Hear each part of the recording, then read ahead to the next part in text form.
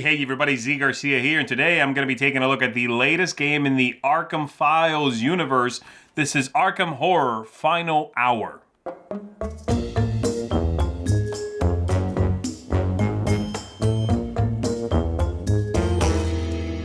This game is set at Arkham University in the Cthulhu Mythos universe, and all the players are going to be attempting to not just stop a ritual, an evil, ritual from happening, but actually reverse one, because that has already happened. Monsters are already overrunning the university.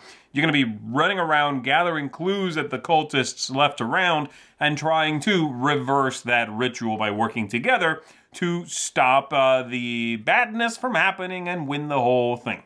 Let's go ahead and take a look at how the game works. I'll come on back after that. I'll tell you what I think of it. Here we're going to be taking a look at the game set up for 3 players and using one of the 3 scenarios. This is normal difficulty, what you see out here. The objective is always the same no matter how you are playing, and that is to reverse the ritual. You are going to do that by ideally discovering what these 2 hidden clues down there are. They match these symbols up here. And then the players will be committing enough of these cards from their hand so that the matching symbols among all of them is equal to twice the number of investigators. And when I say equal to, I mean equal to one of those 2 hidden tokens there. The rest of them are out on the board, and as you are investigating and discovering these, you'll flip them over, you'll put them in the matching spots, and that ideally will reduce the chances of what these are and give you a good idea of what you need to hang on to, what you need to commit to that reversal of the ritual. So all the players are over here. This is the ritual location. There are 3 spaces that are the main spawning points for the baddies, and everyone has a deck of cards that they've shuffled, and with 3 players, 4 health tokens. In this game, we are going to be taking arms up against this baddie here, and we are pretty much ready to begin. So, the rounds are broken up into 2 parts. There's an action phase and then an ancient one phase. And during the action phase, we are going to have 2 steps. That's play priority cards and then resolve the actions that we just played. We have our starting investigator is Ashcan Pete over here. Everybody has 4 of these cards in their hand. And we are good to go with our lead investigator. So on your turn, what you are going to do then is draw the top card. Every card in the game has 2 effects. A top one here, which is likely to be based on movement or attacking the baddies. And then the bottom one, which is likely to allow you to move, investigate, but then something bad is going to happen. So you draw one from the top of your deck, and then you use one of these cards to assign it a priority. This is hidden information, and there is no discussion during this part of the game. So you take a look at it, you read the 2, so the top one says attack monsters at your location or an adjacent location for 2 hits, then move 2 times. And then the bottom one is move up to 1 time, then investigate your location, then a monster spawns at each gate. Now, here's the thing. These cards have numbers on them, besides a couple of other things, but mainly numbers. And the lower the number, the more likely that this card will resolve the top. The higher the number, the more likely it'll resolve the bottom. So, I'm going to play this card face down, and I'll just put these up here for now. And then I'll assign it a number. I think I'd rather have this go earlier, so I'm going to assign it this 6. That card goes face up. The other one does not. So the other players know that I'm probably, anyway, ideally hoping the top power here will happen. Then it goes to the next player who's going to draw a card. They are going to read that card. They are going to assign it one of these. Let's see. They are going to assign this one a 10. So they'll put that face up on there, draw a replacement over here. Then we're going to Miss Barnes down here. She'll draw a card. She sees 2 low numbers over here, so she is going to play a 20 on there. And then it comes back around because we need to play 4 of these cards. So again, this player will draw a card. They are going to play 1 down. They are going to assign it one of these. And that's it. And everybody, again, should always draw back up to 4 of these in their hand. like so. And now we go to step 2, which is resolving the action. So we're going to reveal these in numerical order and do the assigned power. The 2 lowest numbers resolve the top. The 2 higher numbers resolve the bottom. So we start right here with the 6. And the top says, attack monsters at your location or an adjacent location for 2 hits, then move up to 2 times. Now during this part, players can discuss some things.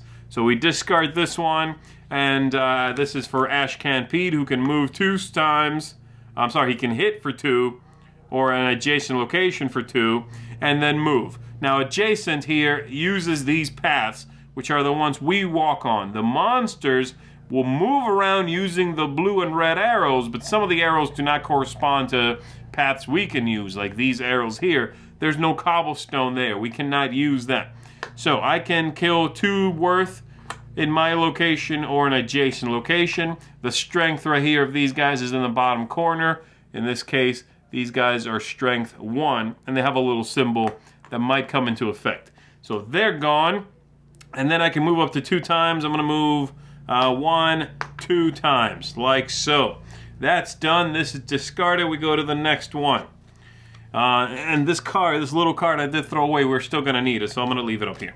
The next one is the 10 over here. Again, it's a top power that resolves. Move up to 1 time, then attack monsters at any location in your zone for 2 hits. The zones are color-coded. So green zone has 5 locations, purple zone, orange zone over here. And this is going to be Tommy Muldoon. He will move 1 time, may move. Actually, he has to in this case. Then attack monsters at any location in my zone. Well, he is going to move from here to purple. And then he is going to attack for 2. He's going to go ahead and, in the purple zone, he's going to take this one out. All right, so that's done. This card is discarded. And then we go to the 20. The 20 resolves the bottom power, and this is Jenny Barnes. Move up to 1 time, then investigate your location. Then activate monsters in the orange zone. So she's here. She's going to move 1 time from here to here, let's say. She will investigate that location. We flip this over. It's a moon symbol. It goes right there. The chances of the moon being needed at the end just dropped by 50%, right? And now she's going to activate the orange zone, which has 11 through 15. So we go 1 by 1 through these. Some of the monsters do not have anything besides the number. The number is their strength, and if they don't have a little symbol next to that, they do nothing when activated. But some of them have movement abilities, attacking abilities, or destruction abilities. So this one, for example, shows a little destroyed house there. That means they're going to destroy a spot in their location. And if ever monsters would spill over from here, then they follow the arrows. The main thing we're trying to do is keep them from filling this up over here where the ritual location is set at the beginning of the game. So activated that. 12 over here. There's no one there to be damaged, so that's fine. 13's empty. 14 has 1 character with a move arrow, and the character, the baddie, is red, so he'll use the red arrow to move. He moves to here. And then this one is activated, and it's damage and a destruction. So destruction, since now it's filled, it's going to destroy a spot and then move on to there, following, again, the red arrow printed on the board. That's it for this card. And then the last one, Ashcan Pete's second card, because he's the lead investigator. Move up to 1 time, then investigate your location. Then 2 monsters spawn at your location. All right, Mr. Ashcan Pete's going to move to there. He will investigate this one. It is one of these sand timers. So again, we start to gather some idea of what we might need. And then he's going to spawn 2. So we grab the bag. We draw 2 tokens out. And we spawn them at that location. Put 1 there, put 1 there. Again, if anything did not fit, it moves along using the arrows that match its color. And our characters do not take up one of those spots. You just hang out there. So that's it for part 1, which is the action phase. Now comes the second part, the Ancient One phase. The very first thing is we compare the number of these sort of arrowhead symbols that showed up to an effect on the Ancient One. So we are looking here at 3 of those symbols. There's none on this one. 1, 2, 3. All right? And now these can be discarded. So 3, it lets us know here on this breakdown what that means. So if it was 1 and 2, the ghoul hordes would hunt for 1. It's not. It's 3, between 3 and 5. So the ghoul hordes are going to hunt for 2. Then we remove 1 seal from the board. Well, there are no seals on the board. We're not going to have to worry about that. These are the seals. Some cards put them out. They damage monsters who would attempt to move across them. So these go on roads. But the ghoul hordes, which are only in play because this is the ancient one we're fighting, they're going to move. And they're going to hurt us. That's what hunting is. So they hunt for 2 steps. And we can start pretty much anywhere we want to here. So this one, they always move on blue arrows. He's going to move 1 location to there, 1 location to there. He did not enter or leave any location with one of our heroes. So he's done. Then this one will go. He'll go 1, 2. Again, did not do that. And I'm just, like I said, following the arrows. And then this final one over here goes 1, goes 2, and did not enter any locations with our heroes. If they had, they would hurt our health for 1. Every time they leave, they enter, or they leave a location with one of the characters. So definitely you need to watch out for that. And of course, it gets worse the more of those arrowheads you commit. So that's it for the first part of that. Ancient One activation. And then we do the gate, in which we, from this stack of tokens, we draw 1. It matches one of the 3 open gates. The gates are there, there, and there. And this one happens to match this one. So we're going to put it on top of it, and then spawn monsters in there equal to the number of tokens in the stack now. There are 2 now. So we grab 2 from the bag, and we spawn them in there, like so. And then we move on to step 3, which is simply passing the leader token to the next player. Now, we could, whenever we want to, but certainly before the 8th round, which is going to trigger the end of the game, we could attempt to reverse the ritual. And the way that works is everyone takes their hand of little 4 cards, activation cards. You commit 3 face down. Everyone will do that. And then we will, once that's done, reveal these 2 tokens and compare the symbols we've committed to what was needed, the 2 that are there. So you'll see, again, these have 3 pieces of information. Numbers, they have arrowheads possibly, and they also have a symbol. The symbols that match those different clue types. So if we commit at least, in this case, 6 of them that match among all 3 of us, then we are going to win. If we do not, then we lose the game. There are also, among these tokens out here, these clue tokens, some of them have a key on the back.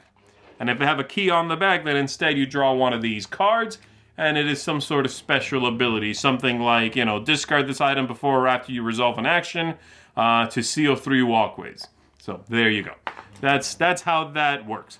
So that should give you an idea of how the game works. Let's go back up top, and let me tell you what I think of it.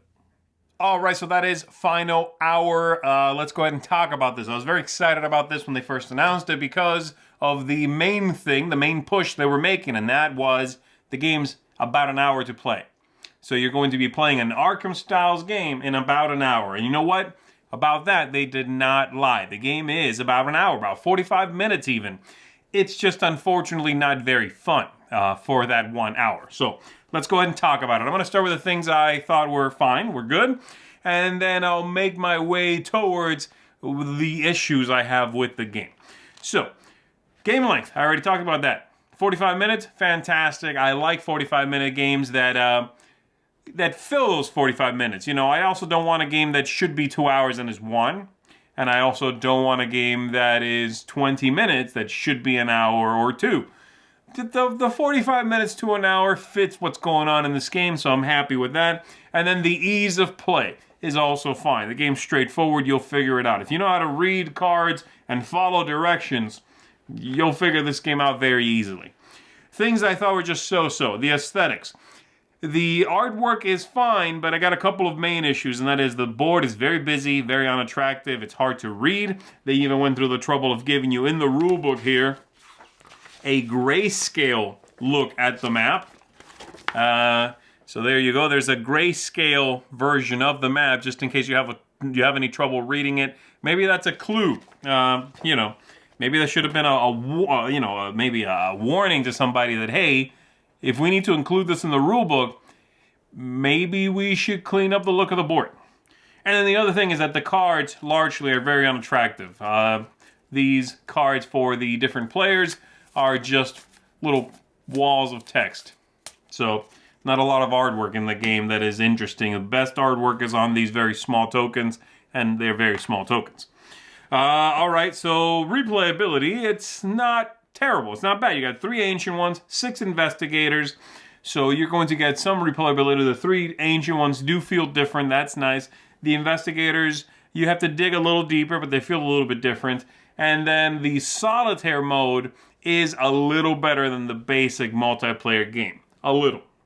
So there is that. You know, if you want to try something that has a little more to it, you feel like you have a couple more choices, then the solitaire mode is going to ideally give you that.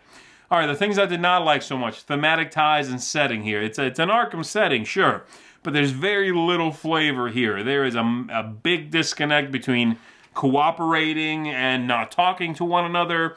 You feel like you are doing a lot of sort of random stuff. You know, oftentimes in the game, I find myself thinking, I feel like instead of being this character I'm supposed to be portraying in the game, I am a passenger in their head. And they, without my knowing, decide, look, I'm going to go over there and smack that alien or something. And then I'm just like, oh, okay, I guess we're doing this now. So there's not a lot of control. It just, you go along for the ride. You read the cards, you do the stuff. That's the feeling I get. That does not feel like working together with other people.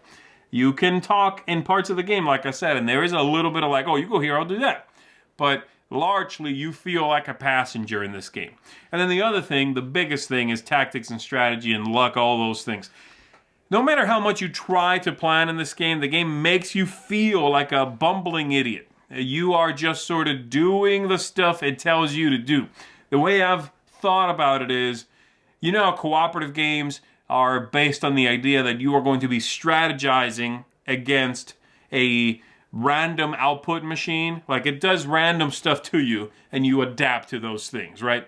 This game, to me, feels like the game is spitting random stuff out at me, and us, the players, are kind of spitting random stuff back at it. You just hope to put out more, better random stuff than the stuff that's coming in. And if you do that, then you'll win the game. That's how that feels to me. So it's just not captivating. At no point did I find myself going, I have a solution for this. Hear me out. I think we're going to be able to squeak out a win here. You know, we can solve this. No, you're just sort of doing what the cards tell you to do and hope that things work out all right. The game's not hard, you know, especially if you play introductory mode. You're likely to win. It's not that difficult. But again, it's just because the output of randomness you're giving back is a little higher than what they're throwing at you. That's kind of how that feels. All right, so bottom line from me. I am a fan of trimming game length in exchange for story, but not when all the flavor and most of the choices go away too. This is going to get a 5 out of 10 from me. So there you go, everybody. That is Arkham Horror Final Hour. I am still hoping that someday they're going to be able to crack the code here on how to put out a 1-hour Arkham game that retains the interest in something like Eldritch Horror, in something like Mansions of Madness, or Arkham Horror, the living card game, that has some story, some hook, makes you feel invested. There's at least a little bit of good reading in there. This is not it. This does not feel like it has the spirit of those Arkham games within it. So there you go. Again, 5 out of 10 from me. I am Z Garcia, everybody. Thanks for checking this out. I'll see you on the next one. Thanks so much for watching another Dice Tower video. If you enjoy our videos, subscribe to the channel for more fun, comprehensive board game coverage. Also, consider joining us at one of our events. Come to Dice Tower Retreat, a small, intimate gathering where gaming is king. Join us for Dice Tower Cruise, the largest board game cruise. Attend Dice Tower West in Las Vegas for gaming fun on the West Coast, or Dice Tower East in Orlando in sunny Florida. Dice Tower Conventions, the friendliest gaming conventions on Earth. I'm Eric Summerer, and you've been watching The Dice Tower.